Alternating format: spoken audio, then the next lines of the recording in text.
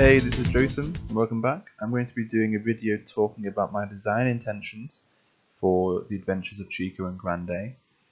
And so this would be quite an interesting video, I think. I'm going to be talking about lots of different things, lots of different moving parts, lots of different progress as well. The game as it is now, or I suppose I'm quite happy with it as it is now, is still quite different from the original intention. There's lots of tweaking going on. And so I'm just going to show you lots of different things, really. I'm going to start with the original pitch. So for the pitch itself, this is the one I presented to my tutors, and we talked about things a little bit. But yeah, the name was The Adventures of Chico and Grande, and it was always going to be a puzzle co-op game aimed at a younger audience. Puzzles was always part of the fun. You'll see how this will change later on. And so actually these characters are characters I first made in my first ever project brief in year 1, which I had to do some level designs involving preset characters, someone that could hack in and one other person that was quite strong.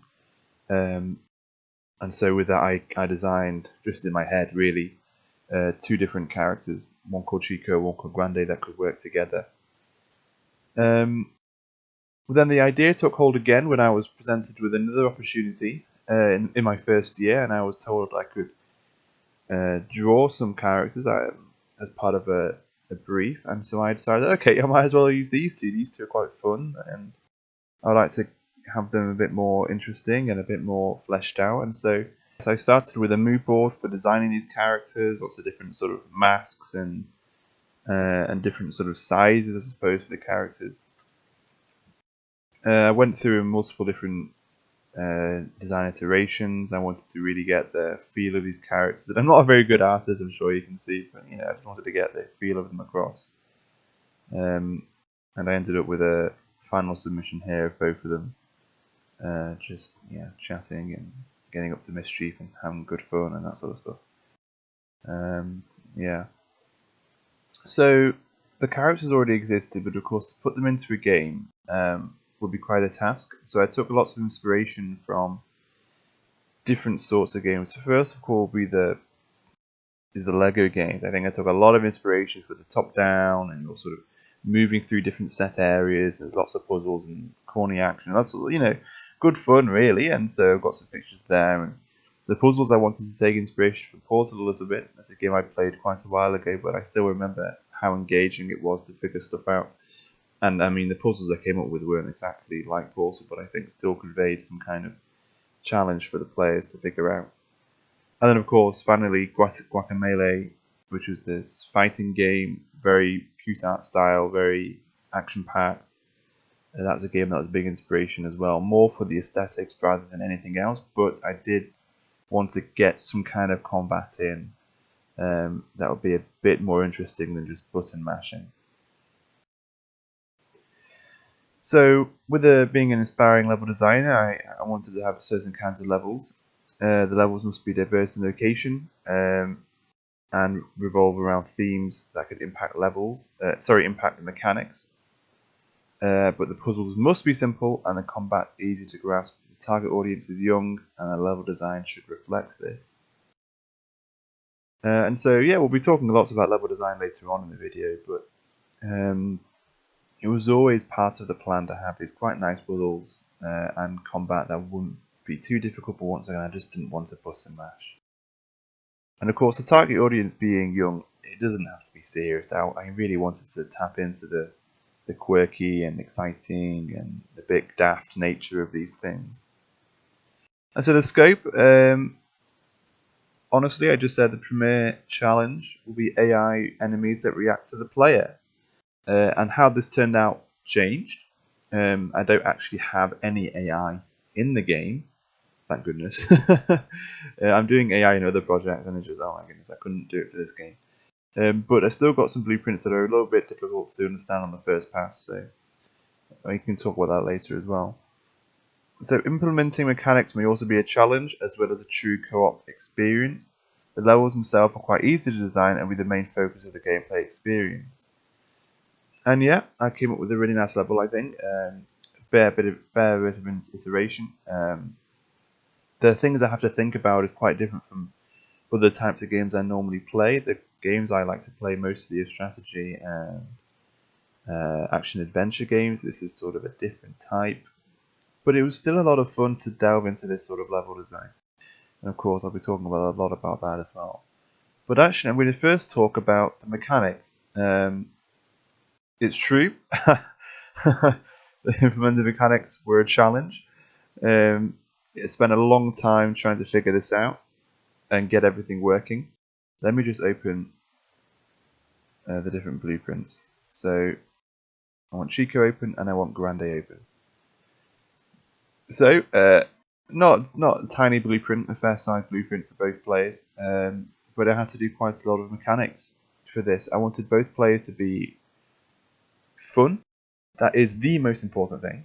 I want them to both to be fun, but because you've got a different sort of you've got a different relationship between the two, a different dynamic. You have the smaller character and the larger character, and because of this, when I was first designing the different mechanics, what was initially the start, at least, was movement, and Chico is a lot more interesting to move with because he can jump and dash and ground pound even a little bit. And so I'll quickly show you. I'm actually just going to go to another map. I'm going to skip the tutorial so I can show you more comprehensively. I think I'll have to leave the audio in. Oh well, the music, I mean. So you can see here, Chico can jump and he can dash.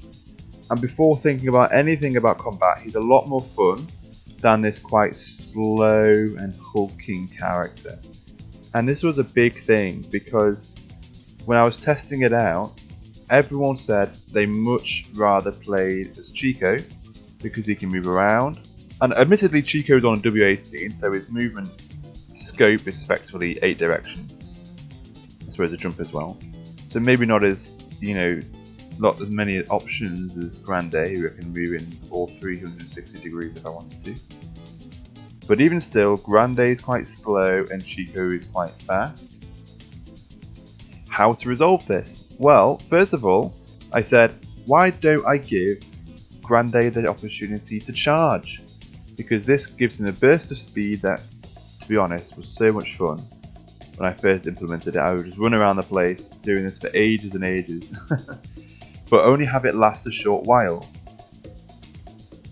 And so that's what I did.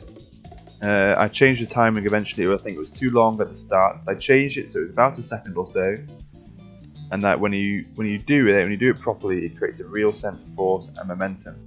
And so in an ordinary foot race, I'll go from the bottom to the top. You see he wins straight away. But if I implement a dash as well, and I'll do both players about the same over this sense of distance, and so you end up with dynamics that are very different. So that Grande can go from slow to fast, and Chico can go from always fast to wah, super fast.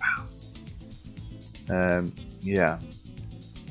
Actually, this was an issue I had initially with the dash that I had to figure out. I'm going to quickly end it here.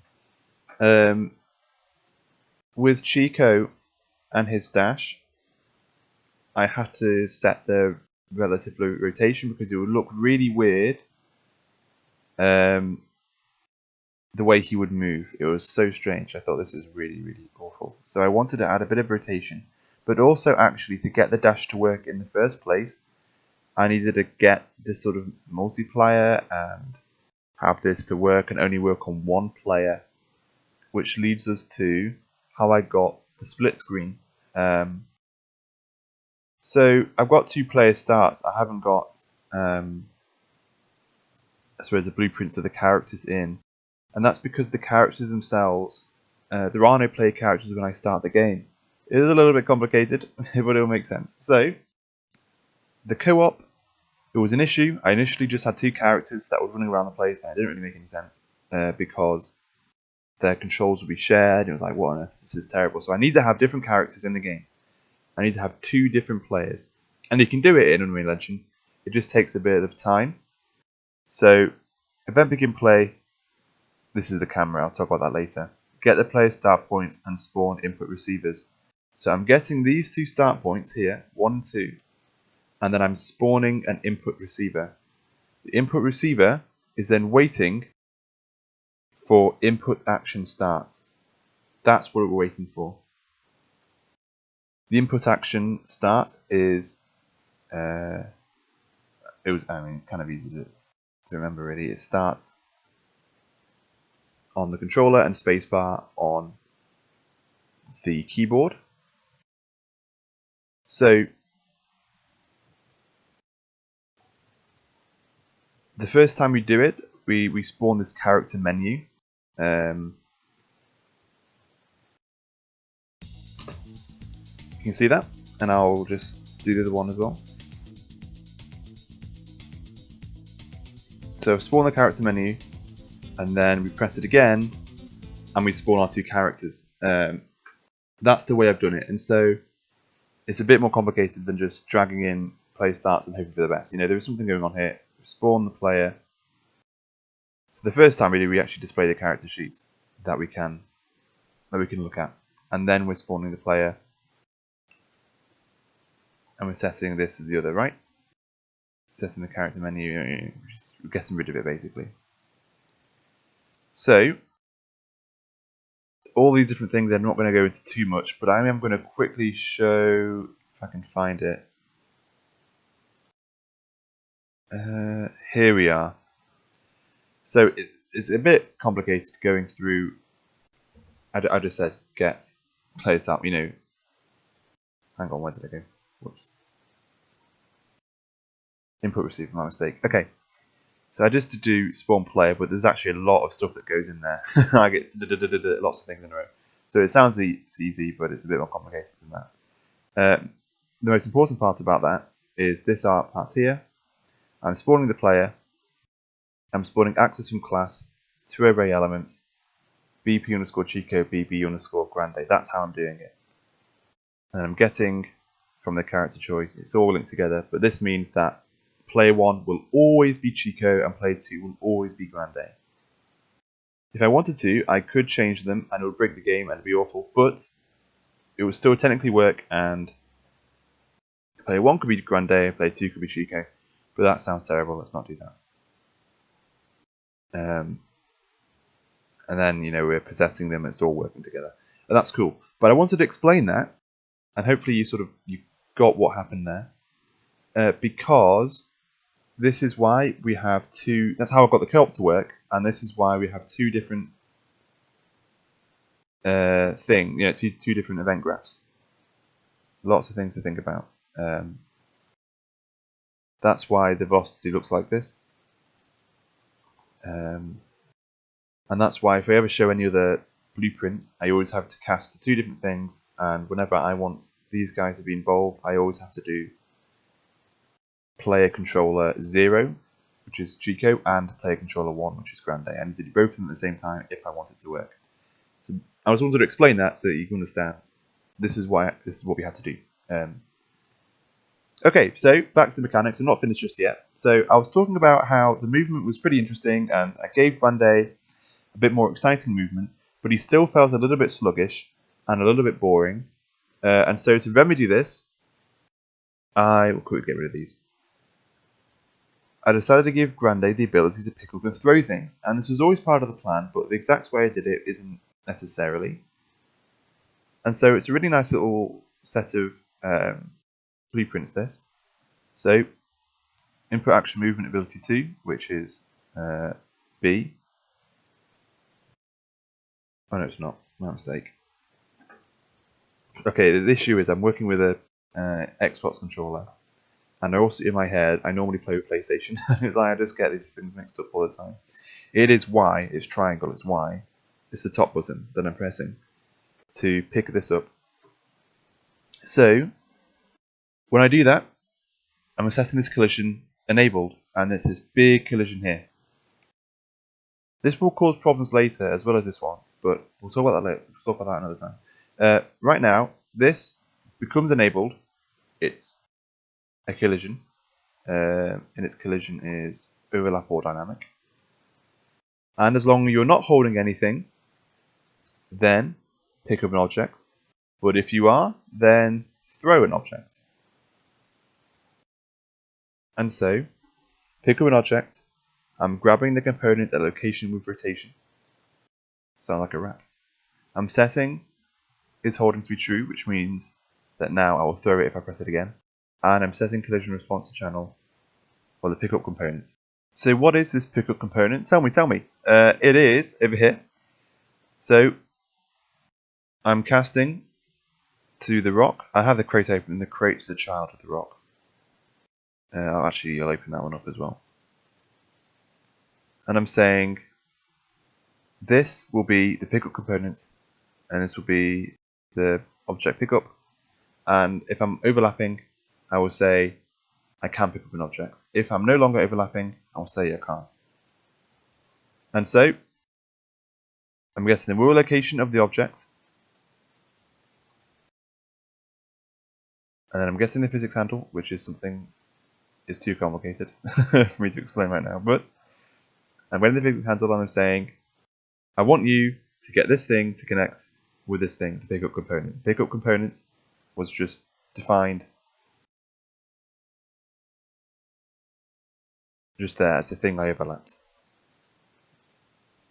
Pick it up and set it to be poor and ignore new responses. And then if I want to throw it, then release component, set its holding to be false, give it a new collision, and add an impulse. That's what makes it fire. Pow! In a direction. What about dropping an object? I think, let's see if I can find that. It's in jump. So if I'm jumping, it's a little bit complicated, this. So if I'm not holding an object,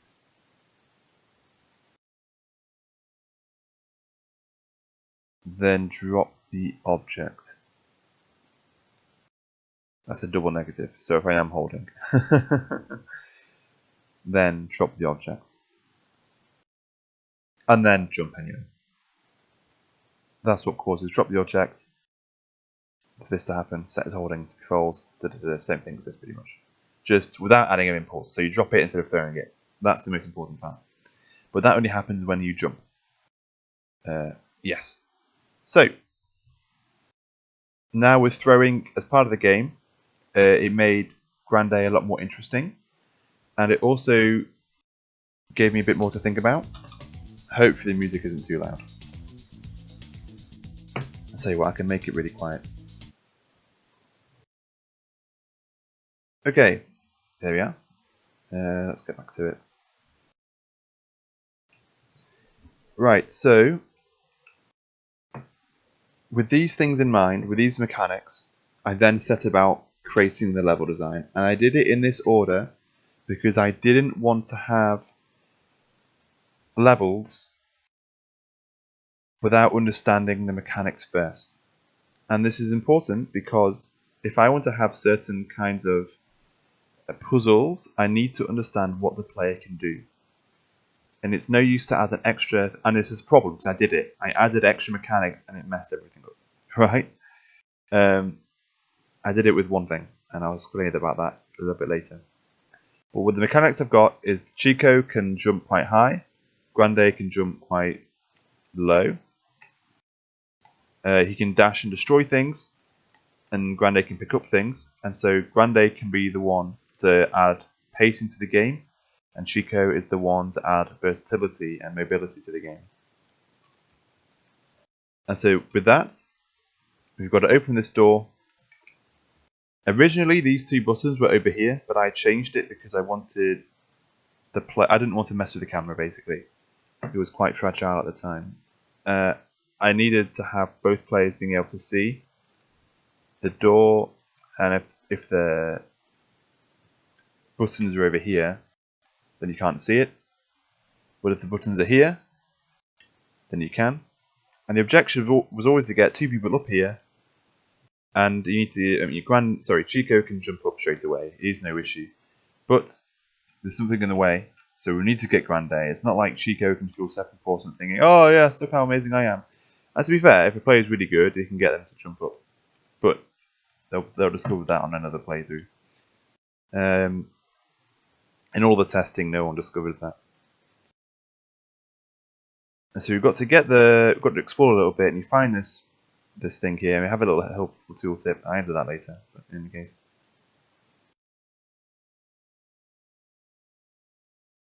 And you drag it over, jump up, and Grande can destroy the barriers, and then both players feel like they're important. And just to reiterate, Chico can't go too far ahead. He needs Grande. And now we come at a crossroads. I'll quickly destroy this guy so he doesn't kill us. So, part of the fun in these kinds of games is always that different players go on different routes and they have to help each other out. Now, when I first designed this section, especially if you see in earlier videos, first of all, the player could go through there, and then I figured out how to stop it. But the problem is with figuring out how to stop it is that it felt totally arbitrary. That was just an invisible wall there, and it's like, what the heck? You know, invisible walls are pretty boring and a bit annoying. And so I wanted to really fix that. So yeah, Grande can go through, Chico can't. And so to fix that, I just added this transparent wall that was the same colour as Grande, so it became sort of at least a reason behind it. Without it feeling too cheeky and cheap.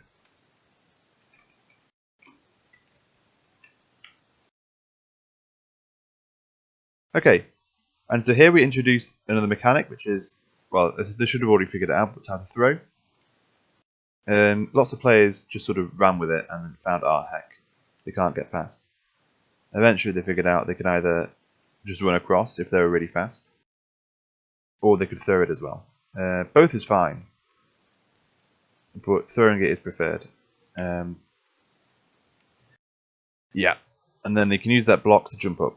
Now, the top section with Chico, this part was really difficult because I moved Chico to the background, and this made it with depth perception really hard, especially because at certain distances the shadow would disappear. And that was a big issue because the shadow is really useful to determining where you are in the screen. The shadow would disappear, and it became almost impossible without lots and lots of practice to do this section of jumping. I figured out how to add the shadow so it would go on for ages and ages and ages, and doing that made the section a lot easier for Chico, and actually a bit fairer as well, because it did feel a bit, not being able to see the shadow. Okay, so here we are. If I just launch that down, and then both players can come up and crack on. And so with this section, also changed a little bit. Similar idea to the first room. Let me just get rid of these enemies. But I actually added a side area, gave some tooltips to be extra helpful in using their main powers, their special powers, which I will talk about in a minute actually. But this area also provides another chance for players to get used to these mechanics that I've introduced before. The gap here is larger. You can't sprint across. You've got to throw it this time. So players eventually figured it out. And actually, players can jump there and move here and it still comes up. Both is fine. I'm okay with both of them. Both of them are totally allowed. I'm okay with it because you're still using the mechanics of dropping it. You're either throwing it or you're dropping it, and I don't mind players doing either way. Lots of players figure that out and they quite liked it. I'm okay with that. Another jumping section for Chico. Both of them hop on here. Door is opened. The camera's far back out, far enough away so that they can see the door disappear, and we can crack on with our adventure. But yeah, like I said before, this this part of the level did go through some changes. There wasn't always this invisible wall here. I decided to add it because it felt a bit, a bit difficult. And then because once I added the invisible wall, it was also a bit, oh really, an invisible wall? Like, it makes sense having invisible walls here because this is sort of you're looking in, but here is a little bit hard to distinguish, and so I added this transparent wall just to add a bit of fairness, I think. So it was obvious that you can't get through there, but you still can see. There are also a couple too many enemies here when I was first playing. Especially, I think there's a couple of shooters in Situ. I think there was one up here. I just accidentally used the power then. There's one up here, and it was so hard to get to, and the players would always die, and that was a big issue because it's not supposed to be that difficult. It felt too steep. It was a bit unfair, so I removed that enemy and maybe another one, I think, just so this area felt proportional to the difficulty of what you've experienced so far. So, let's just quickly chat about the special powers. So like I said before, this area is sort of used as an area to explore these special powers. Grande has this big stomp, ba, ba, ba, and Chico has this grand dash, which I can't use, I've already just used it. Which dashes for ages and it's really fast and it's really powerful.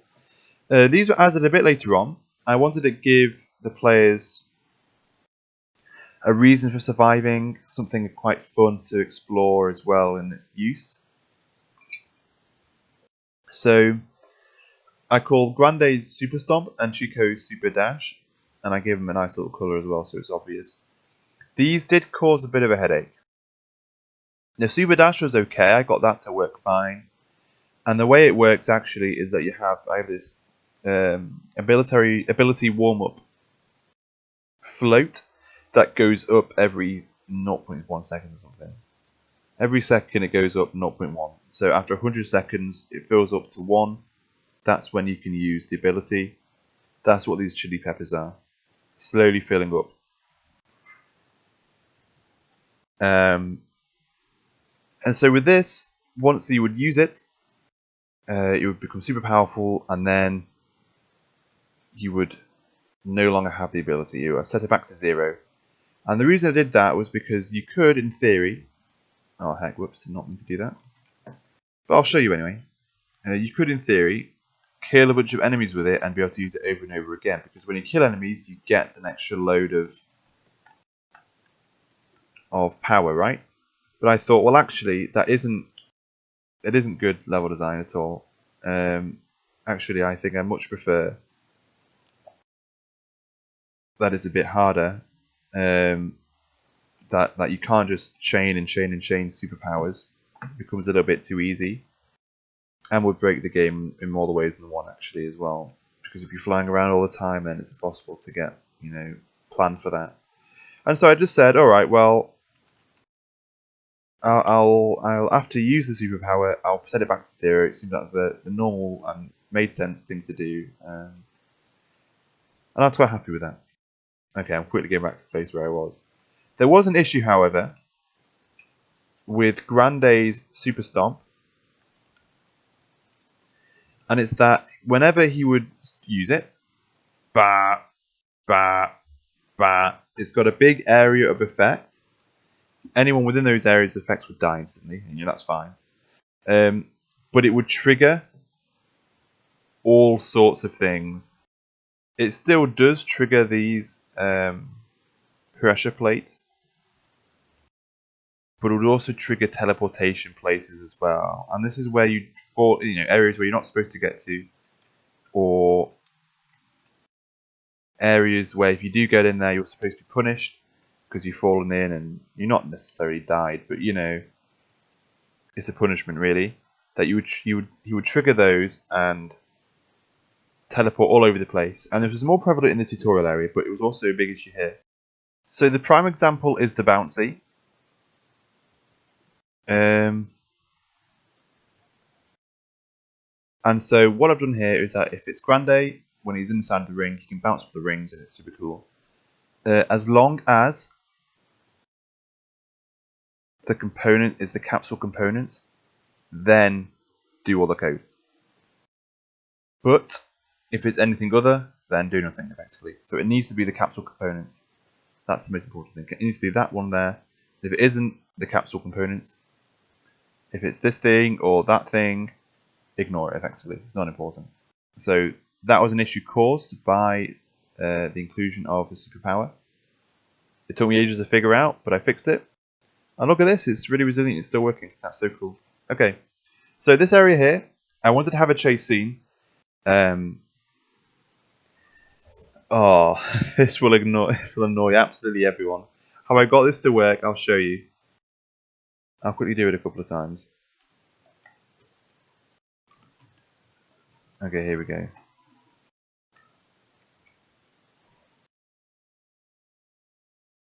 So you'll see it especially here. Not really a turn, right? So the way I've got that to work is because this fellow, I've called him the Texan Trucker, and this is his chase sequence. He follows these move twos. And he follows them all the way until the end. Over here. And so he's just following this as a path. And the way I got this to work was using this blueprint called the Esperanza chase. If the pressure plate is a success, so every 0.1 seconds check. If it's a success, then chase begin. Chase begin. Cast these two blockers and destroy them. These blockers is this one and this one. Get rid of those. And then start these, and you can see up here how many I have. These timelines. Set the world location, update if once it's finished, do the second one. Update, finish, next one. All the way down. The chase putty. And this isn't very good. It's pretty terrible actually. But it does the job because every time the player touches, then we will stop the chase. And this is to make sure it actually happens. I stop every single one. And then we do a chase reset, which is cast the Chico, set the world location, cast the Grande, set the world location, cast the Texan Trucker chase, set the world location, and start again. And so this means that when they're doing the chase, yeah, it's infinitely. There was an issue that if you get caught once, it would work fine, and then again, it wouldn't work ever again. For some reason, this guy wouldn't respawn. Doing it this way meant that it's certain that he will respawn. And it's whenever the characters touch this big box, it's this big box that's doing the magic. That if the characters overlap with it, then they get respawned and they have to start again. The characters can't jump over the top because we have these blockers either side and on top, stopping them. So they can't just like jump out of the world, or they can't, abuse their mechanics to jump out of the world. They're trapped inside here, and they've got to go all the way until the end. So let's see if I can do this pretty quickly.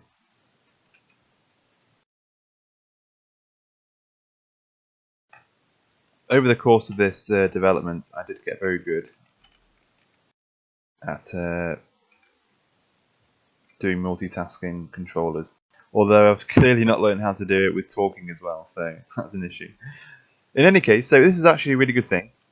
You might remember I was mentioning how sometimes the player dies. Well, he's dead here. There used to be a situation, that was it. There's nothing you can do. Well, I added a respawn system, so if the player comes near and presses Q, he respawns. And the player can do it himself, or themselves, I suppose, with Grandé. If they hold the triggers and they're down, then they will respawn. But this does drain their chili pepper entirely if they do that. Whereas if the other player comes and helps them out, then that's okay, they don't lose any chili pepper. And I did it this way because sometimes, especially Chico can die mid-air and Grande can't get him and save him. So, yeah, to remedy that, I decided to give the players a self-revive.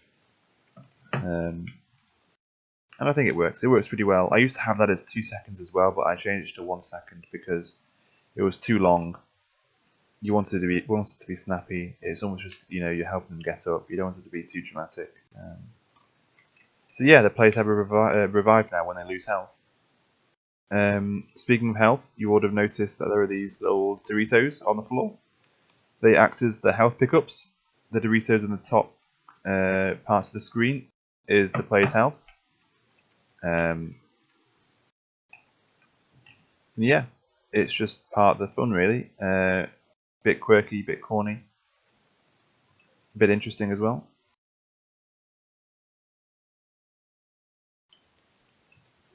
And so that's just part of the HUD, really. The way I got it for the players, I'll show you as well here with Chico. You can see every time he loses health, he gets some bites away.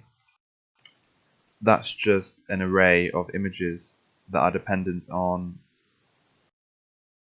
the different stages of health, how much health they have. Each player has 5 health, and then I've just did the HUD images to reflect that. So the players, if they're really good, can do this really quickly with this section. And if you're like me and play this over and over again, then rather sadly, you can beat the Texan trucker quite handily. Although I'm not doing so well right now. Clearly spoke too soon. Or maybe not, actually. Okay. Super. So with that done, we're into this next area. And so here I wanted to have a proper puzzle. I wanted it to be calmed down, a bigger area. No enemies here because you've just had quite an intensive chase. And so there are 3, and you can tell there are 3 because of the number of lights on the door. There are 3 pressure plates to get. I made this one down here especially big, just because I wanted to make it obvious that you could, this is where this block was supposed to go. And you can get the block to go all the way up here, but it's a right pain. And a couple of people did try that, but well. You can do it if you want to, it's fine. It doesn't break the game, it's just a lot easier to get the block over here. So initially people were supposed to throw the block over, but people did find out they can just do this, which is also fine. It's not so bad. It's quite ingenious actually, and I was quite happy if people found that out. You can do that. It showed that they understood the game mechanics. Doing the long way is also fine, but I'm okay with this. So actually, this is talking about an issue I had with the pressure plates. It used to be that if I were to drop the thing here and then walk off, it would turn red because I'd ended the overlap with Grandé and the pressure plate would then turn off. And so as part of the pressure plate, let's see if I can find it, blueprints, I came up with this crazy system, and it works. 2 integers, on integer and off integer. So every time it comes on, add 1, and every time it goes off, take away 1.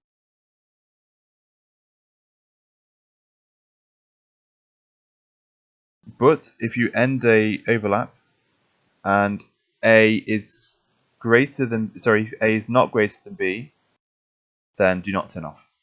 Just add an integer. Add an integer to the off integer. And so this means that if I'm, if I'm Grande, I can do this as many times as I want. The integer will keep on going up, but I mean, I can't imagine many people doing this 1,000,001 times, so it should be fine. And that means it just works.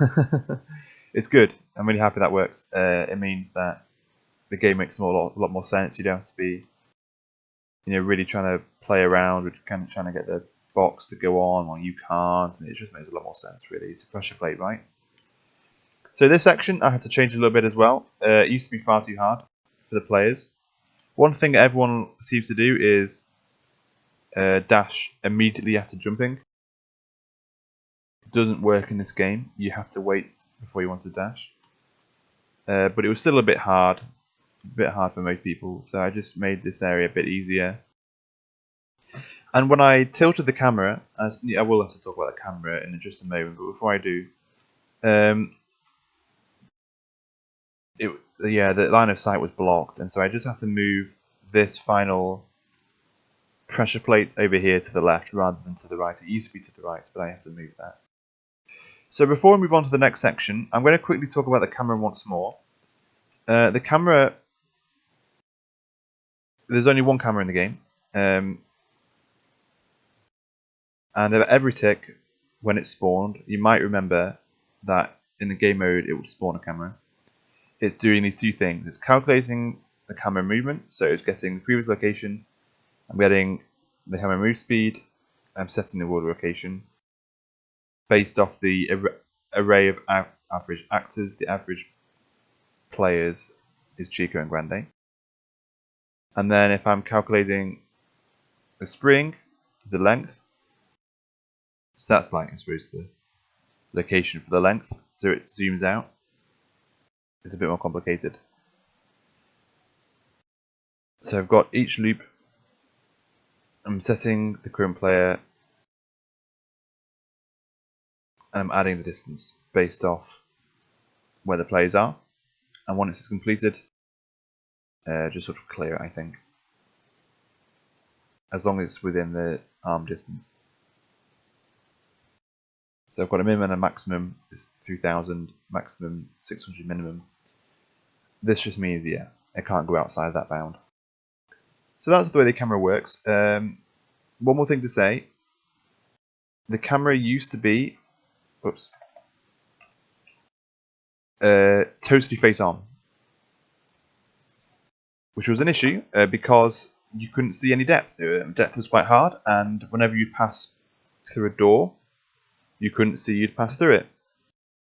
And it's still a little bit now, but it's fine. I'm not so worried about that. It's much better than it was, and there's no real way I can remedy that. And this just means that the level feels a lot more in depth. It feels a lot more interesting, and only because it's about 10 degrees or so, or maybe even 5. They're really small amount of degrees. It doesn't affect the way the player moves too much either. You get used to it pretty quickly. Here's another section where the players have to go separate ways. This time Chico will be in the background. Sorry, Grande will be in the background. This way though, Chico crawls underneath. Just a nice little thing. Grande can't fit. Just, yeah, I thought that was interesting. And here the player really has got to get to grips with B to A to speed jump. Or else you can't do it. With this one you can do it without speeding, but the next one you can't. So you need to speed jump. So the players sort of should know about that already, and if they aren't, it's just a tooltip to help them out. By now Chico should know how to do that kind of jump. Dash and jump. And here we have just some more enemies down here after that section. Both players are needed, so they've got to help each other out. There's no really helping each other out, it's just waiting for each other to progress through their section. And then here we go into the boss battle. A tooltip about reviving as well as a reminder, perhaps a bit ominous of what's to come. And here we go, the Texan Trucker, the main villain of this level, is here to fight you. So if the player, well, if Grande jumps into the wall, then he sort of goes off in a million different directions. He bounces off really quickly, which is pretty interesting. Alright, Grande's dead, so I'll have to help him out. Oh, both of them are dead. That's right, if both players die, there's no one to revive, so both players respawn. That's another thing to mention. Okay, so with this section, I'll just let him do his own thing. While I explain at least. So, the Texan Trucker has a different blueprint system than other ones. Let's see if I can figure it out. Enemy. Texan Trucker boss. Okay, so when we begin play, I'm giving him a health of 5. His health is also related to, you see the bottom right hand corner, this image here, the less health he gets, the more damaged he gets. And so he charges at players. He's got a little bit of AI, to be fair, pawn sensing. Do it once. Set the rotation. If he should turn. How do I know he should turn? If he can't see Chico or he can't see Grande, then he should turn. And stop charging, so we can. But if he shouldn't turn, he should keep on going. Then he'll move to the location, and delay. He will reset everything. And if he touches, then the players will lose damage. And if the other players hit him in the hitbox, then he will lose damage. And he will launch into the air, and he will turn red as well. This just gives the player an extra bit of stuff to play with. Okay, I was stuck in the corner. So I decided to give the Texan Trucker jumping because sometimes when you hit him, he would launch into the air, and that was good for play feedback. But sometimes, especially if he was going really fast, he would get stuck on the top, and he needed a way down, and so I just gave him the chance to jump. And he jumps probably a bit too much, but that's just the way it is. Okay, we can dispatch the enemies now.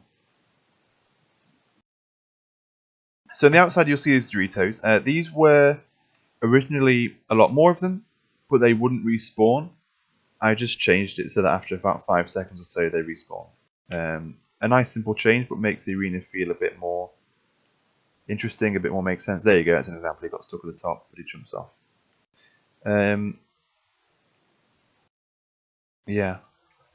So yeah, this boss battle is it's good fun. It's quite challenging. Both players like to work together. It's a bit hard to show you when it's just me, but in all the testing I've had, people got to really big mischief. They really liked it. I want to see you defeated. Ouchie, ouchie, ouchie. Drac, you beat me, Chico and Grande, but you won't get far.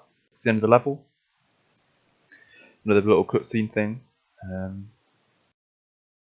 I did add a pause menu as well. Quickly show you that. The player has to be spawned. It's just a simple pause menu. Resume or quit the game. I'll quit it. I'm going to quickly show you the tutorial as well. I'm not going to save. Escape from Esperanza. I don't need to save anything.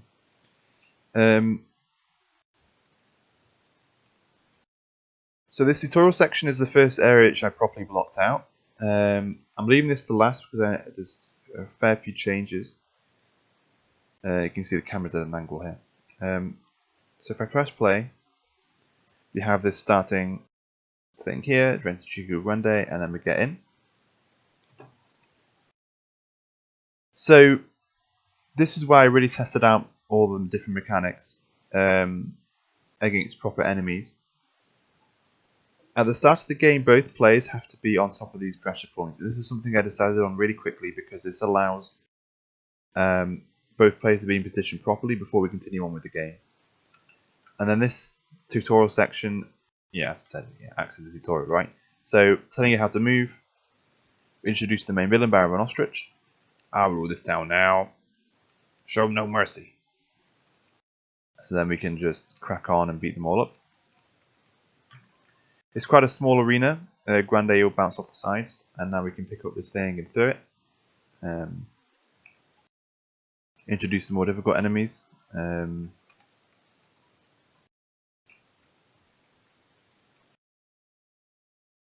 then he sends in everyone. That's when we can use our special ability. And that's it. A quick scene and we go into the main level. But I just wanted to show you that because this is an area which I really first sort of thought about how to do these longer sections. I'll quickly get it.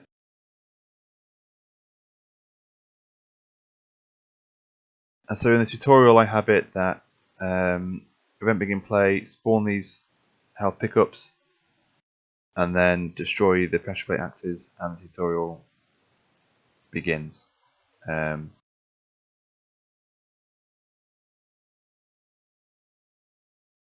so to get the tutorial to facilitate properly, it's part of the widget, part of the HUD. and this is just tutorial spawn. I'm having these different images spawn as well. The controls, Baron von Ostrich, and the cutscene spawn at different times, as well as enemies as well. So actually a lot of the code is in here, is in the HUD. And this gave me the inspiration of how to do it for the final boss battle. Here we are. So it's part of the boss battle, text and sugar, cutscene and sugar health. And then this big long spawn. The way I got this to work actually is that when you spawn an enemy, bind event undestroyed, enemy 5 set this destroyed. And then after you finished it, you're doing this thing over and over again until every single one's been destroyed, and then you crack on.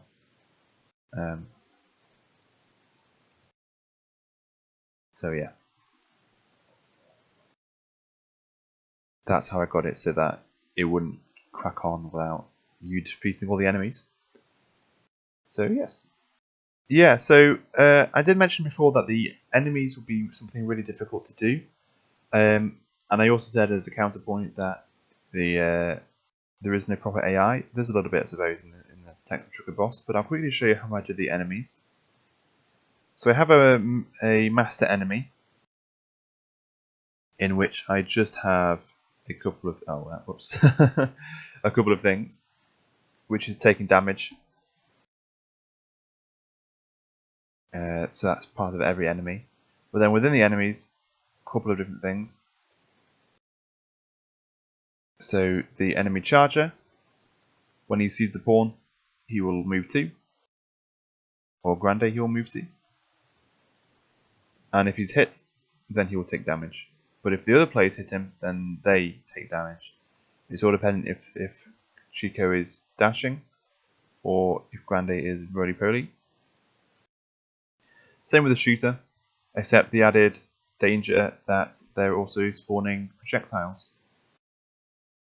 And that then, yeah, these projectiles, if they hit the player, will take damage, and then after a second, they will be destroyed.